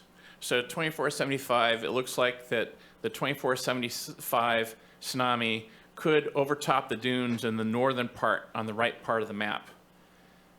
And then if we look at 975, there is no overtopping of the dunes, and all the flooding, like you mentioned, all the flooding along the eastern side of the peninsula on the lower part of that map, that's all coming from within the bay. So 2475, we would still expect. Turn your mic on. Sorry. At 2475, we would expect Eureka to see a potential hit traveling across the bay. Eureka? You mean Manila? Yes. Yeah. Okay, yeah. 2475, there would be tsunami inundation from the coast and then also from the bay side, if that helps. Commissioner Curiosity. Yeah, thank you. It was extremely helpful presentation. Has there been work starting to model these, but for different sea level rise scenarios where you have the mean water level rising? Fancy you ask. I just finished, a few months ago, some research that was funded by the state of California, and it's going to be part of the 5th climate change assessment, and I did not know that at the time. But what we did was we did tsunami modeling using these different return periods at 0, 1/2, 1, and 2 meters of sea level rise. And I chose those numbers because I wanted to avoid being tied to any projection, because those seem to change on an annual to sub-annual basis. And so I chose 0, 1/2, 1, and 2 meters of sea level rise. And it's like a 500-page report, because we did the tsunami modeling, we did risk analysis, including FEMA HAZUS and Esri infographics. We did some engineering analysis, and I would be happy to, make a presentation about that at some point. I'll be doing that locally. But the key takeaway or one of the key takeaways is that each location experiences a change in tsunami hazards differently. And so that you need to look at each so I can't really say there's any statewide sort of like change in tsunami hazards with sea level rise. But those data will be posted online and people can look at the report. Similar in that vein, in major earthquakes, the land can sometimes drop. Is that accounted for in the models that you were presenting to us? Yes. So all of our PTHA data include probabilistic subsidence. Now, we don't know in Humboldt Bay, like I worked on my master's thesis looking at buried soils, coast seismic, so with earthquake, buried soils around in southern Humboldt Bay, and I identified tsunami deposits down there. And so we do have geologic evidence that the ground goes down, but there's also evidence that the ground might go up during subduction zone earthquakes here. So we don't know what's going to happen, but the tsunami is going to be worse if there's subsidence, and subsidence is included in the models. That's helpful, thank you. Okay. Do you do modeling for river communities? I do not. My modeling is limited to tsunami modeling. But I mean, tsunami's impact on people that live along the river, like Mad River, those areas. Our modeling does go up the Mad River channel, but we did not include any water flow of the river. Backing up. Yeah. But Troy Nicolini, who's recently retired from National Weather Service, he's a coastal engineer, and he used to do modeling of rivers, specifically like dam break style rivers. And what he always said is that he thought that the tsunami would go over the river, so that the river's here, and then the tsunami would travel over the river. So it wouldn't back up the river, but would still inundate up the river mouth. So I don't know if you have any other questions about that, but Just wondered, I did, when in 2011, I watched the water go backwards, but it could have been that the river was going out and the tsunami was coming in, but I saw it going backwards. and there are videos of from 2011 to the mouth of the Mad River that showed what looked like tidal bores traveling upstream. That's what I saw. And hitting the island, there's that one island in Klamath, and it would hit the island. Oh, right, on the south side of the river. Yeah. Commissioner Levy? I just real quickly wanted to thank you for the presentation. I did learn a lot. I personally would appreciate you sharing electronic copy of it with staff to pass on to us so that we could study it in more detail. Also, I just want to appreciate hearing that you say that you live in Manila and not in like Berry Summit or Newland or something. So put your money where your mouth is. Yeah. Right. Exactly. I quickly wanted to, I think, earlier I heard Commissioner O'Neill say that it never hurts to go a little bit further and evacuate a little bit further.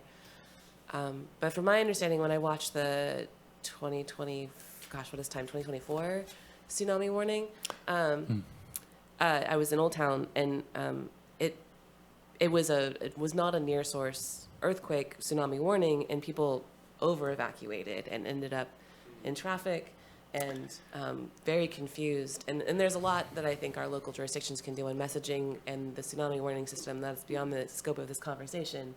But I just wanted to, I think, talk a little bit about, have you talk a little bit about a near source tsunami versus something further away, and having the public understand that the reaction is not always the same.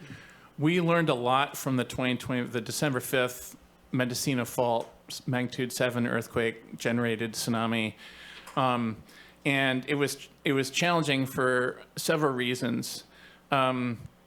and you know, I still presented how we have natural warnings and official warnings, and I talked about distant tsunami and local tsunami, and this was sort of in the middle because it was, I mean, we could feel it, but it was really not, it wasn't a Cascadia subduction zone tsunami.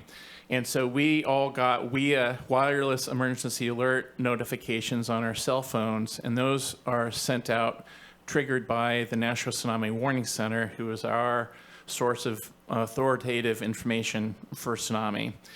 And there were problems with the WIA language, you know, and we have actually since then gotten the WIA language changed.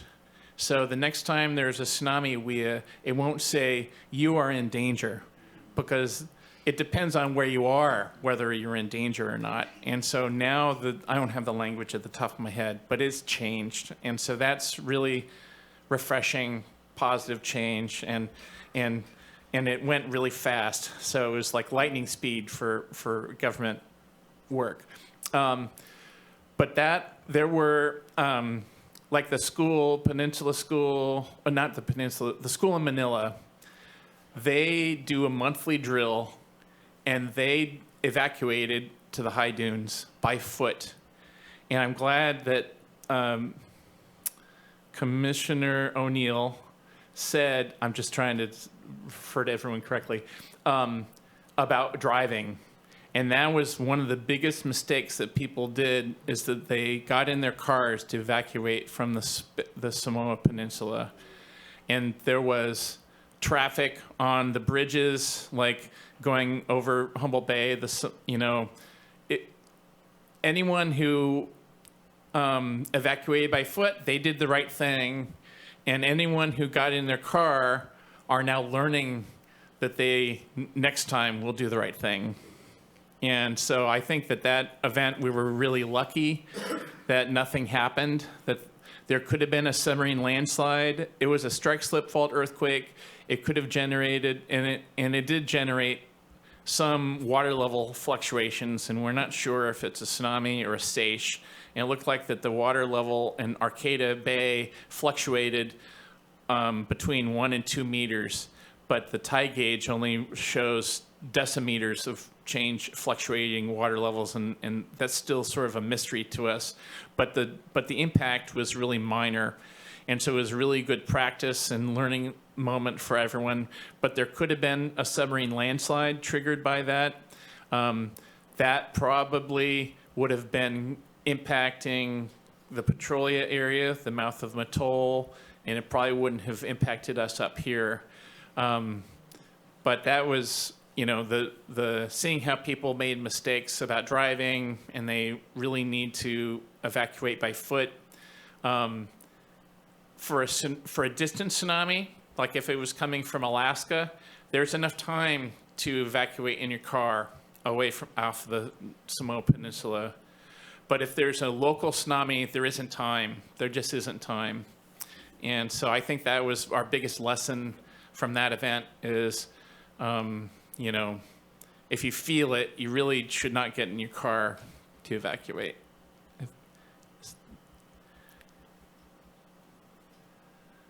Okay, well, we'll go ahead and take it to the public.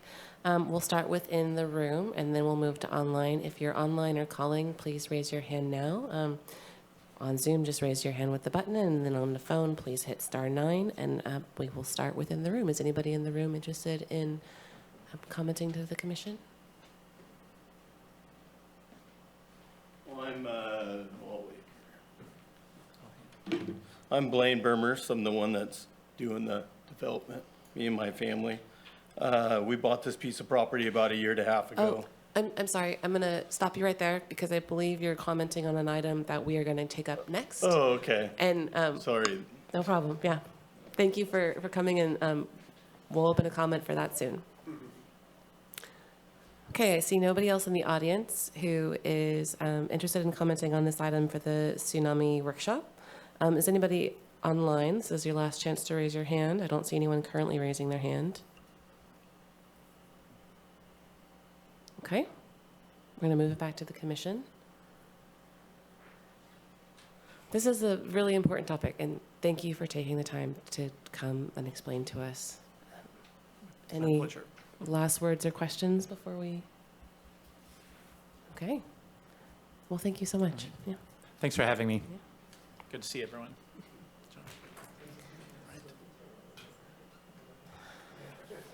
All right, and we have a public hearing item before us. How is the commission doing? Do we want to take a 10-minute break now, or do we want to try and power through? I can go either way. Anybody? Okay. Let's go ahead and do a 10-minute break and come back at 7:45. So at 7:45, we will return and take up item G1, the Burmer's conditional use permit. Oh, yeah, you're welcome.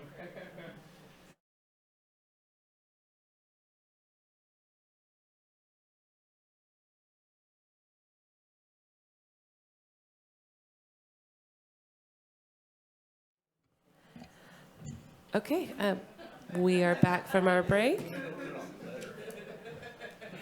We're going to go ahead and take up item G1. This is a public hearing item, Burmer's conditional use permit. So what we're going to do for this item is we're going to take the staff report, and then we're going to have commission questions, and then we will open it up for public comment. So anybody interested in commenting in person or online, I'll call for public comment, and that'll be your time to raise your hand, and we will get to you. So while staff is pulling up the staff report, do we have any ex parte comment from the commission? Or disclosure, excuse me?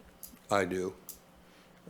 I had a couple of conversations with the applicant, Mr. Burmers, regarding the timing and the schedule on the meeting, as he had, his son had a sporting event or something this evening, so he was trying to figure out when to be here.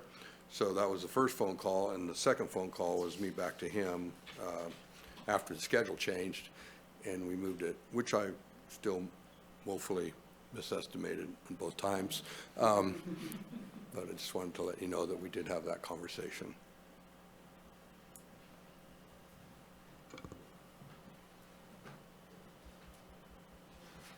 So we're just waiting for it to pop up on the screen here, and then we'll be ready to move through it. Thank you.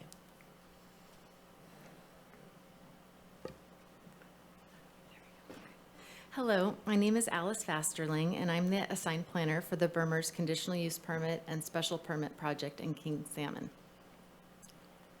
This is the location of the property. It is at the intersection of Boone Drive and Herring Street, across the street from the Humboldt Bay Harbor Recreation and Conservation District.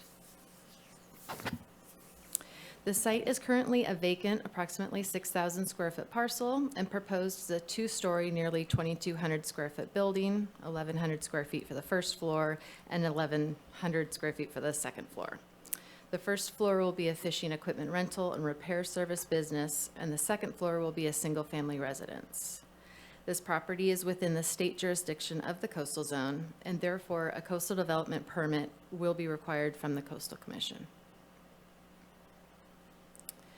The land use designation and zoning is commercial recreation, and recreational supporting uses such as fishing equipment businesses are principally permitted, meaning only a coastal development permit and a building permit would be required. In this case, because this is in the state coastal permit jurisdiction and the CDP will be processed by the Coastal Commission, the fishing business itself is not part of the discretionary action in front of the Commission. In this zone, a conditional use permit is required for a single-family residence. This map shows that this property is one of 4 properties with a commercial recreation designation along Boone Drive, surrounded by residential properties. The property is also in the tsunami hazard zone, and the single-family residence is proposed to be used as a short-term rental. Short-term rentals within the tsunami hazard zone require a conditional use permit pursuant to the short-term rental ordinance within the coastal zone. Additionally, a special permit is required for the short-term rental due to a neighborhood concentration. There's one application that will be presented at an upcoming hearing for an existing short-term rental next door, and another application has been filed within 600 feet. Both of the other short-term rental applications are on residentially zoned properties. Here's a map showing the tsunami hazard area within King Salmon, which is shaded in brown. The line shows the distance from the subject property to an evacuation area, which is approximately 700 feet away and clearly signed. The elevation at the subject property is between 9 and 11 feet above sea level, and according to the zoning requirements for properties in flood hazards areas, development must be above the 100-year tsunami run-up area, which in this area means development must be at least 10 feet above sea level. Part of the conditions of approval is that the finished floor is at least 10 feet above sea level. Staff have received concerns from neighbors regarding parking and the impact to the surrounding neighborhood due to commercial services, which have not previously been available. As stated before, the commercial business is not part of the discretionary action in front of the commission, and so consideration of impact should be related to the proposed single-family residence and short-term rental only. The project proposes 3 on-site parking spaces, one of which is ADA accessible. The short-term rental is a 1-bedroom unit and requires 1 off-street parking space. Here's a street view which shows off-site parking availability. Staff believe that this project is consistent with the zoning and the intended use of the property and recommends that the Planning Commission make all the required findings for approval and conditionally approve the Burmer's conditional use permit and special permit. Thank you, and we're available for any questions. Thank you. Any questions from the commissioners? I just have one. Is it going to be a rental property or is it going to be owner occupied? Do you know? A short-term rental is part of the permit, yes. Commissioner Curiosity? I'm curious if there's been a process thought through or established yet around considering, considering sea level rise in what the finished floor elevation requirement is, or is that just based off of year 2000 average or something along those lines?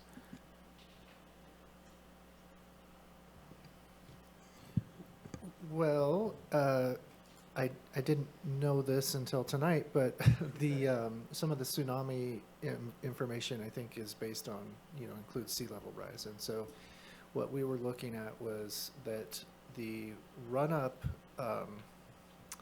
data, which is based on a 100-year tsunami, which of course is different as we learned, is roughly 10 feet in that area. So we were basing it on that. So I guess a roundabout way of saying that is like sort of. Thank you. So I see. So the finished floor level is from the tsunami or the tsunami modeling that was presented to us, which doesn't include sea level rise, although they've. I think that it likely does include sea level rise into the tsunami, possible tsunami run-up. So sea level rise, so at this elevation, it's roughly, let me rephrase. So we are proposing a condition of approval that would be that the finished floor of the residence, the first floor, has to be above that tsunami run-up. And so that would have to be at least 10 feet above sea level, which does actually put it above a lot of the estimates of sea level rise in this area in the foreseeable future. That answers my question. Thank you.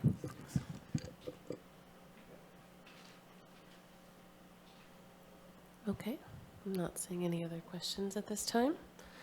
So we're going to go ahead and move to public comment.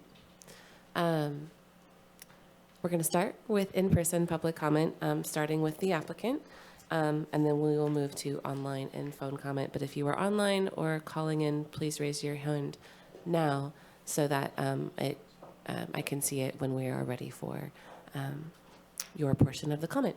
So starting in the room with the applicant, we traditionally give the applicant the floor for up to 10 minutes if they would like to present to the commission, and then we will take other public comment, each commenter will have 3 minutes, and then at the end of public comment, if the applicant would like to respond to any of the public comment, or if the commission has questions, we will bring you back up to the podium. So please, if the applicant could approach the podium.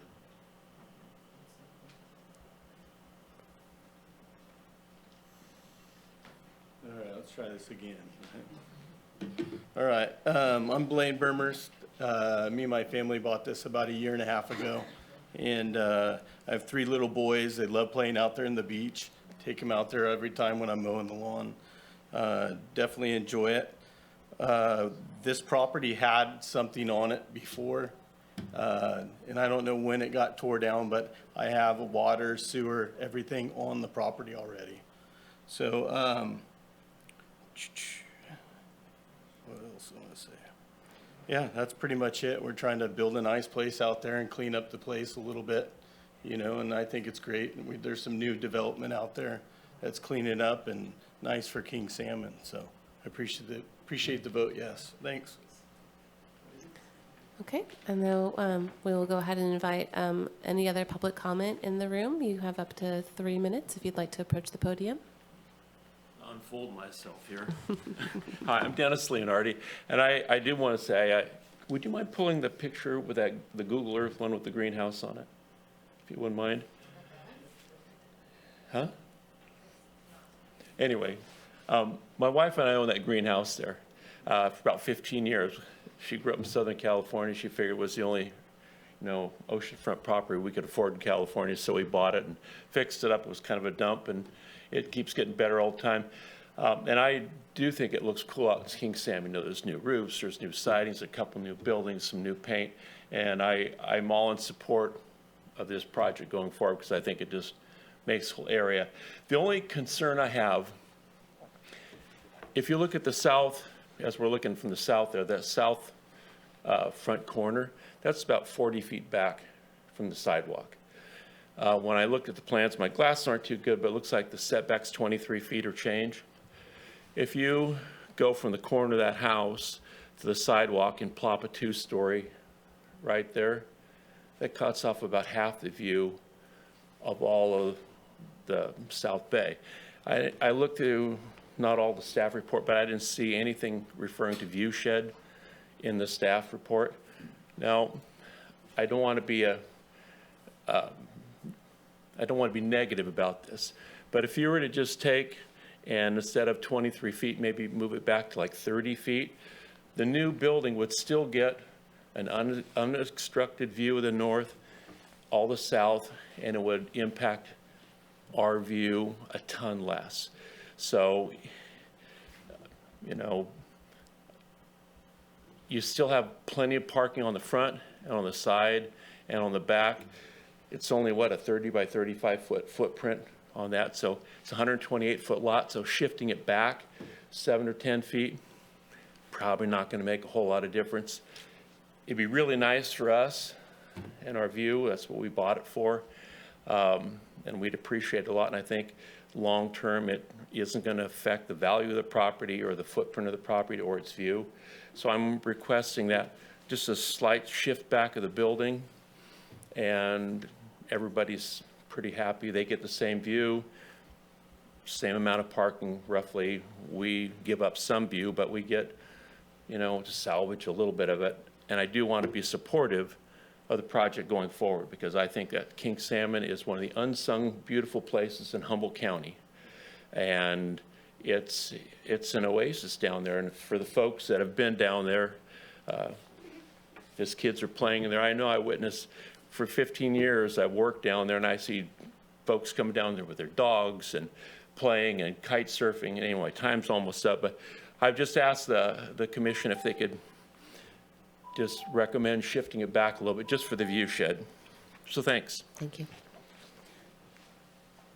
Okay, seeing nobody else in the room who would like to comment, I have a couple of online participants I see with their hand raised. If you have not already raised your hand and you would like to comment on this item, please do so. As a reminder, it is *9 to raise your hand if you're calling in, or just hit the raise hand button if you're on Zoom.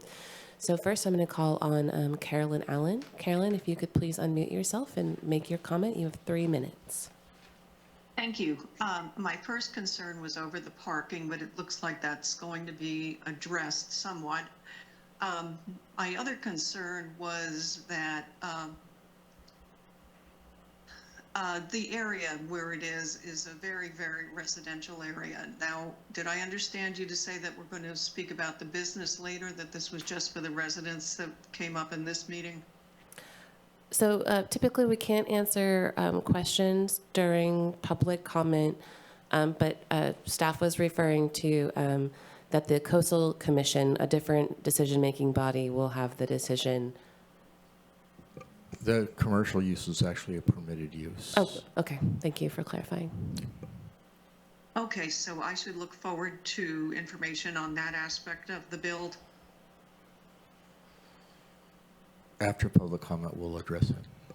Thank you. Thank you. And so if you have any other comment, please make it now. Carolyn, are you all finished with your public comment? Yes, I am. Okay. Thank you. All right. Thank you. Okay. And next I'm going to call on JB. JB, please unmute yourself. Can you hear me? Yes, I can. Okay, very good. I live on Soul Street. My backyard has a view of where this place is going to go, and I have no problem with it. And I do like the suggestion the guy with the greenhouse made. If you could switch the location of the parking with the house, that would give him his whole view, and whoever's building it would get their view too. I don't know if there's you have any rules about the view shed, but that is something, if it hasn't been addressed, maybe should be addressed in the future for you guys. That's all. Thank you. Okay. I don't see any other hands raised online, and I don't see anybody else in the room. So I think we will go ahead and take it back to the commission. And Director Ford, thank you for answering our public commenters' question. Yeah, I think the issue there is that it's zoned commercial recreation. So the commercial use is allowed. The issue that's at hand right now is there's a residential use above the commercial use, and then there is a short-term rental within the tsunami run-up zone. So those are the reasons for the conditional use permit. Thank you for clarifying that. And I apologize, I didn't actually give the applicant an opportunity to come back up and speak to the commission, so I'd like to give that opportunity now.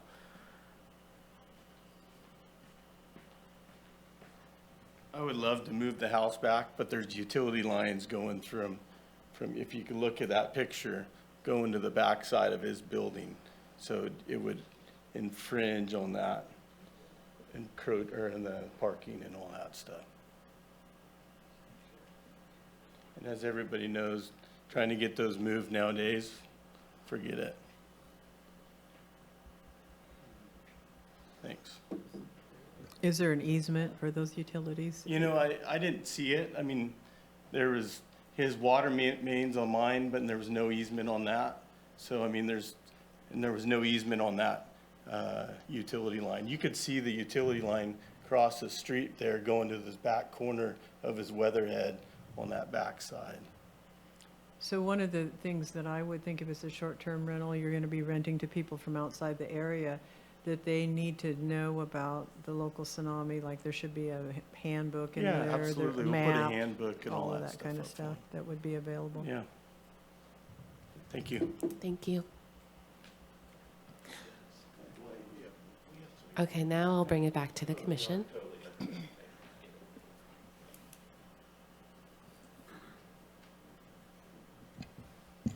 I'll just make a note or comment.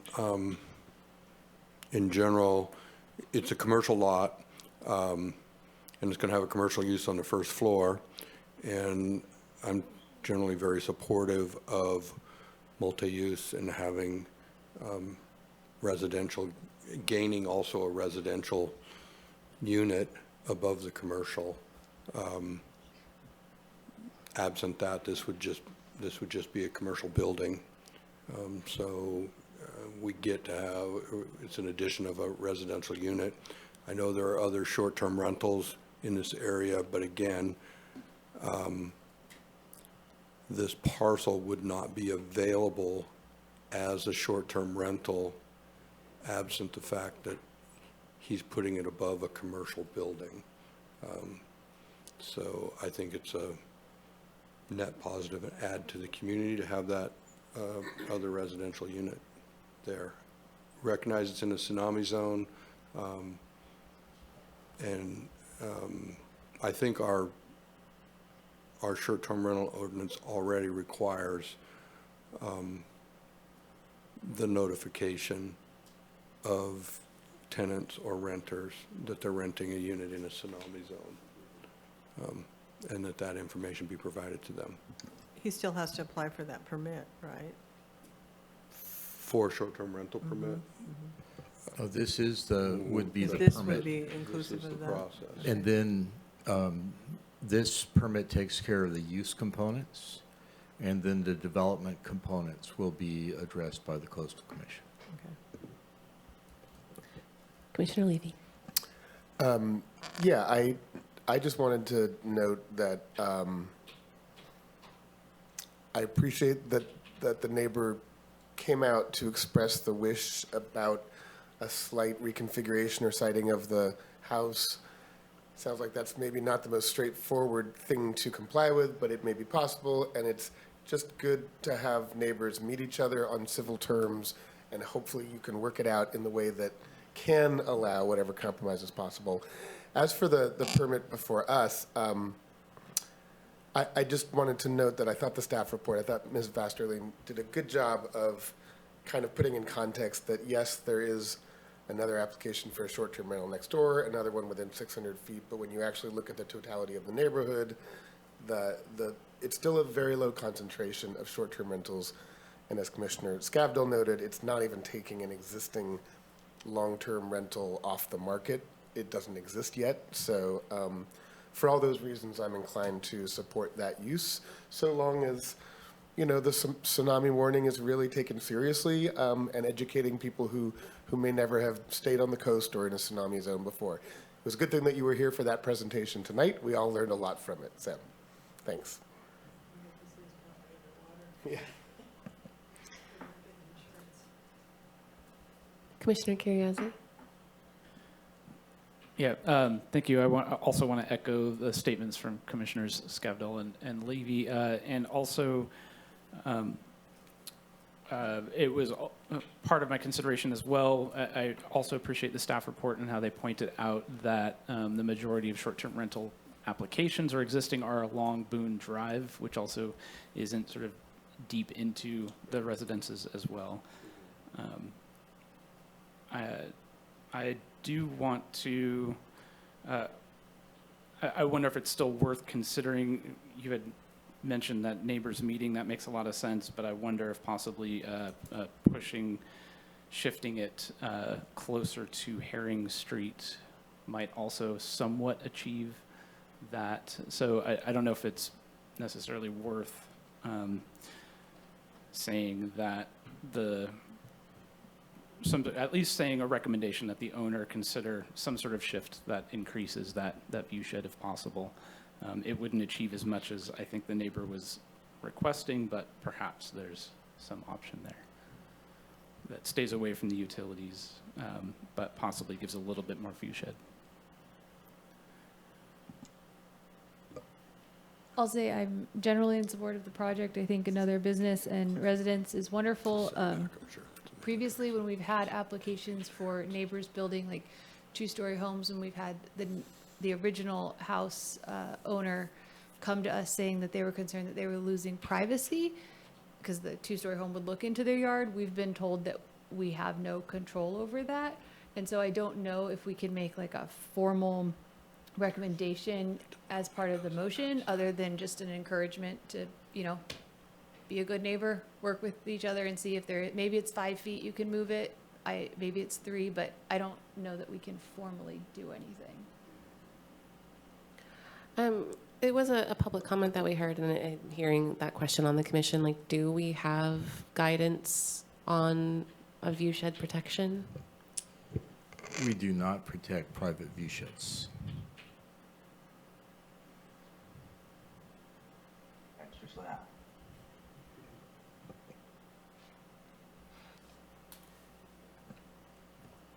Speaking of that public comment, perhaps it was already answered but if Director Ford was willing to speak to the fact that what it means that this is a permitted use in a commercial zone that wouldn't normally seek a permit at all regarding the commercial use. Thought that could just be made clear to anyone who's out there. Yeah, thanks. There are uses within the zoning ordinance that are identified as principally permitted uses. And so those uses are allowed to go into that site.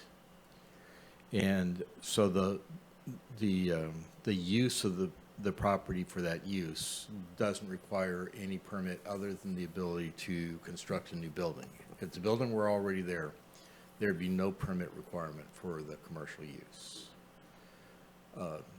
Given the fact that there is a new building being proposed, that's defined as development under the Coastal Act. And this is an area that is in what's called retained jurisdiction by the California Coastal Commission.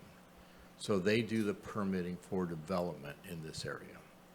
So the county has the role of evaluating the use of the property. The Coastal Commission will look at the development of the property for protection of coastal resources. Does that help? Very much. Thanks.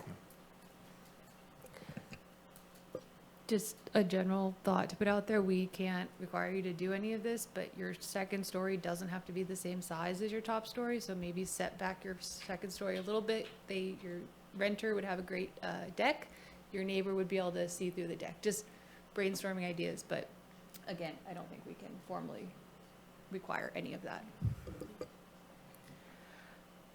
I just want to acknowledge, I see that a commenter has raised their hand online, and unfortunately, we only have one public comment period during consideration of an item like this. So I see you, but unfortunately, I can't let you make any more comments on this item. Okay.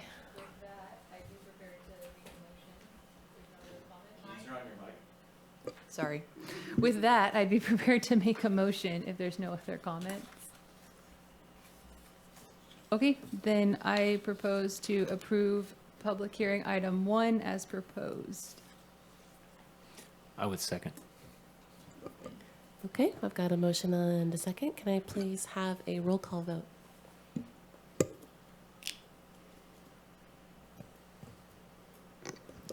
Commissioner Fulton, Yes. Commissioner Curriasi, Yes. Commissioner O'Neill, Yes. Commissioner Scavdall, Yes. Commissioner Levy, Yes. Commissioner West, Yes. Commissioner McFarland. Yes. We have a 7-0 vote. Thank you.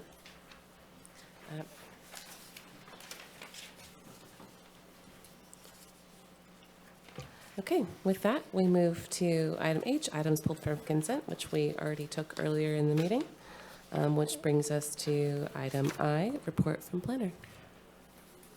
Yeah, thank you. And just go over a few things real quick. And you probably saw on the news, or I know one of you, at least one of you were at the meeting, but there was a community meeting to present Amazon and to take public comment on it.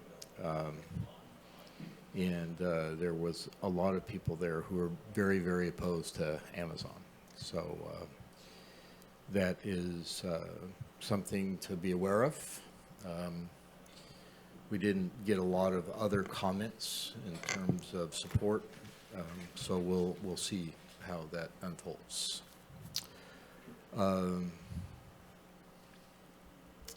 You're probably aware of the tree down in Redway. We have notified the property owner that they do need to apply for a special permit. That will be coming to the Planning Commission as we, I think, have a kind of a pre-application in on that, so we'll be moving that to the commission as soon as we can. We don't, it's not going to be in May. It'll be fortunate to make June, but that will be coming forth to the Planning Commission. This next Wednesday night, Cliff Johnson and I are going to be meeting with Humboldt area realtors, making a presentation on what to do with abandoned cannabis properties that are being sold. And so part of the panel on that is going to be the California Department of Fish and Wildlife and also the Water Board. And so the idea there is to help the realtors understand the things they need to be aware of and advise their buyers of and the things that they may need to do either as the seller or the buyer to clear violations of the property. And then next Tuesday... Sorry, Director Ford, is that going to be a publicly available meeting or just a meeting with the Humboldt Association You of can Realtors? sign up for it. If you go to the Humboldt Area Realtors website, there is a sign up because there's a limitation in the room size, but there will also be, I believe, a Zoom option too where... Okay. Yeah, that's what I meant. Yeah. Yeah. And then on the 12th, the Humboldt Commons, Life Plan Humboldt, has appealed the Planning Commission action that you guys, the commission gave great deliberation to the condition of approval for the pavement widening. That is being contested, and that will be at the Board of Supervisors on the 12th. Will staff be changing their recommendation at all for that one, or? No. You did everything you could to try to make that something that is a win-win. So, With respect to meetings like the Amazon meeting, it's always like I want to go, but it's hard to juggle responsibilities on weeknights. I know in the past sometimes you've done a Zoom option, but I also know that sometimes that's technically really challenging or require a lot. Is that something that we did a Zoom option. We did a Zoom option? And there was probably 250 people in the room and 100 people on Zoom. Oh, great! I somehow missed that. I can go find that somewhere on the internet. It is on our website. Okay, great. And I will so, hunt it down. yeah, you can go and watch the blow-by-blow of that meeting. Thank you for filming it. I will go back and watch that. What's the process? I think I saw, or one of the comments was that might come to the commission in February, which seemed like a long time to me. Well, there's an EIR being prepared for that. Okay. So we expect to get the draft notice of preparation maybe tomorrow, but probably next week. And so the NOP will be going out into May, into June. And then after that, obviously the draft will be getting started on, but you can't really finalize it until you get all the comments from the NOP. And so we're expecting to be able to put out the draft EIR sometime around probably September, and circulation period into October, and then a final EIR sometimes towards the end of the year. So the community's response didn't deter Amazon at all? They're not going to go away based on that? I mean, it caught their attention. I'm not going to say that it had no effect. But, you know, I think that one of the things they recognize is that there are some people that just hate Amazon. But there are probably people in the community that believe that some job creation and investment in the community is good. But to be clear, our role in that project is simply a land planning, land use compliance. It is issue, land right? use, it is a project that gets evaluated and not the name associated with it. Right. And, you know, sometimes those are hard to differentiate between for many people. When, within the scope of our, can we consider economic benefit or detriment within the scope of our purview if that information is presented to us? You know, to the extent that it may have an effect on public health, safety, and welfare, I would say yes. And that is something that we will be talking to Amazon about, because obviously that was one of the big concerns that was expressed during that meeting. And, you know, it'd be interesting to know whether or not those some of the things that were said are really based on good science or are just thoughts that people have. If it's within our scope, I would be very interested to hear. I think I've heard arguments in both directions, and I think it would be useful also to just have a little historical presentation on when that park was created and what the purposes and uses were planned for it, to show everyone when we make our decision. You know, it wasn't there for a hospital, it was there for industrial or whatever the uses were planned. Absolutely. We tried to do that during this meeting, but we will absolutely give that presentation. If it comes before the commission, we'll absolutely describe that, Give some because history.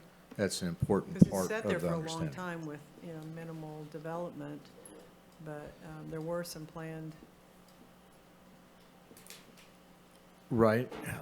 I mean, I'm embarrassed to say this, but we really haven't seen commercial development in Humboldt County in the time I've been director here. Well, I considered some projects over there, but it was the price of the land that kind of scared me away. But, you know, prices have gone up since then, so it's probably reasonable. At one point, someone on the commission, I forget who, asked if we could have like a general briefing overview of how to consider and use social media comments in our review. Like, I don't know if you remember that. It was kind of a I do. I convoluted thought request. that we did not. No, we did. We did. Yeah, I Yeah, thought we we did did. a training on that. You might have Yeah. missed it. Did I? Okay, I'll have to look About back. the I'll ex look through the parte? recording. Is that what you? She was asking a question about. Online research and things, Yeah. right. I think it was part of the ex parte broader discussion. Yeah. any other comments or questions on the report from planner? Okay, let's move on to J, Planning Commission discussion items. Commissioner Carriazi? I just have a question to staff. Curious about sea level rise in terms of the climate change induced expected change in mean high sea level, and if there's been consideration by staff on using existing studies to change finished floor level on new development. Yeah, we are working diligently to complete, and this would be the first plan that would take this, but to complete the Humboldt Bay Area plan. And so obviously that's the plan that goes around the bay. So that's the biggest footprint that we've got. And so that is something that's going to get addressed in there. Mm-hmm. I just want to take the opportunity to announce that unfortunately I will be out of town for the May 21st meeting and also June 4th, assuming we have one in the first week of June. Sorry about that.